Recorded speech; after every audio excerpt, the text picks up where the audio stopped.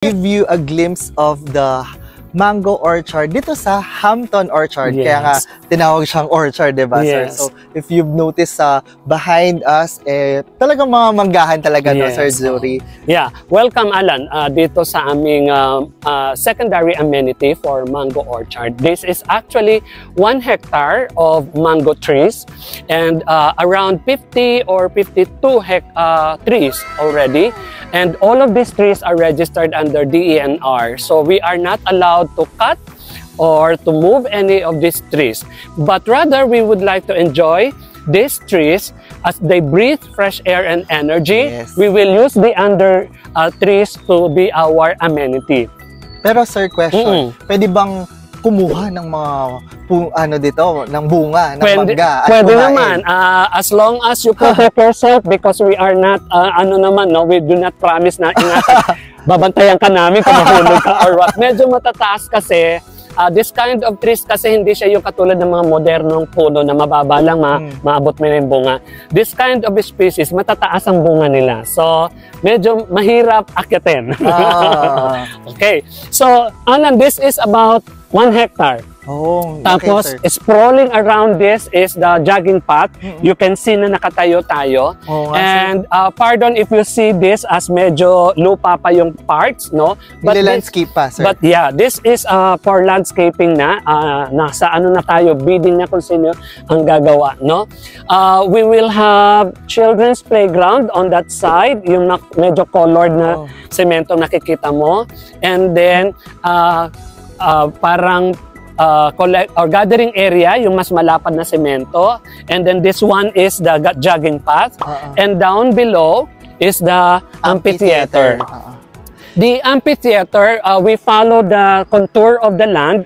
What we do is put bleachers around it, okay, on the contour, and then yung pinaka medyo lowest part will be our stage. The purpose being is that for the community to enjoy for their private events like garden weddings or even the natural Sunday afternoon, ordinary Sunday afternoon where children gather and, you know, do some play role or practices for school activities, they can do it here. Very safe dito sa loob ng subdivision ng Hampton Orchards. Kasi sir, before actually during the pandemic yun, no, nung pumunta kami dito, as in wala pa talaga to. Yes, matalahib, maputik. Maputik. Wala pa din mga roads na maayos. But right now, nakita talaga namin kung paano nag-improve at na-develop tong area na to. Yes, sir. oo. Ito ay pwedeng maging sentro ng activity nila, outdoor activity ng mga taga Hampton Orchards. Meron tayong CR dito, merong picnic areas. We have 6 table and chairs at meron tayong wash area also. Magkakaroon ng 2 gate, 2 parking area. So talagang napakalaki, no? Napakalaki. And yun nga, sinasabi ko, kung napansin mo, pag-akyat natin dito, lumamig ng konti sa pakiramdam. Because iba talaga yung hininga ng natural trees. Napaka-presko talaga yung vibes dito, sir. Yeah. So, it's going to be very romantic and cozy in the evening. Okay? Some other parts there, lalagyan pa yan ng mga kapis na ilaw, yung portion dyan. So, you can imagine, napaka talaga, cozy ng lugar na to.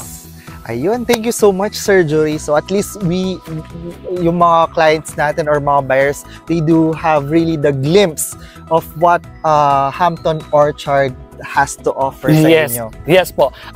Imagine, no, kahit isang lote lang yung property mo dito, but you got to enjoy this kind of lifestyle. Normally, people has to pay an entrance fee for a park like this, but this one, kung dito kayo nakatira, you've got to enjoy this anytime you want for the rest of your life.